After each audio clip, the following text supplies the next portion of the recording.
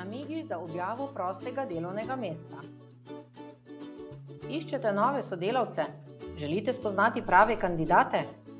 Potem izpostavite vse, s čimer jih lahko pritegnete. Postavite se v vlogo iskalca zaposlitve. Poglejte si 7 namigov. Opis delovnega mesta. Vzemite si čas za pripravo. Naj bo natančen in tudi dovolj podroben.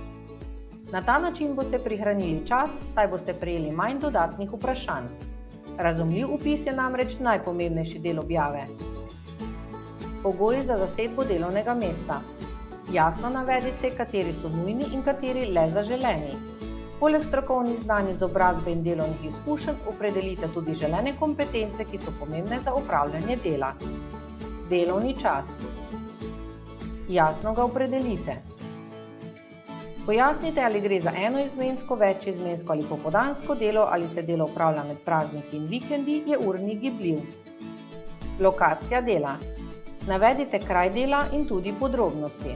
Ali gre za terensko delo, delo na domu, opravljanje dela na več lokacijah ali kombinacijo dela od doma in na lokaciji.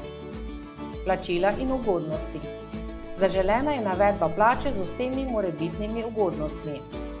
Nagrade, dodatno pokojninsko zavarovanje, skrb za osebni in strokovni razvoj zaposlenih, skrb za zdravje zaposlenih, uporaba službenega vozila.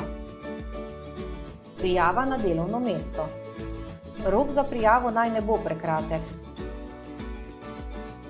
Izberite ustrezen način prijave, na primer po elektronski pošti, na spletni strani delodajalca, po telefonu, po navadni pošti.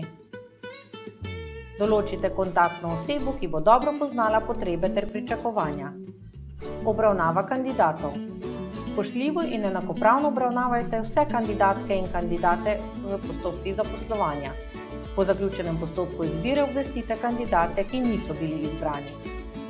Za vso podporo in svetovanje smo vam na voljo v naših pisarnah za delodajalce po vsej Sloveniji ali v kontaktnem centru na naši brezplačni številki 080 20 55.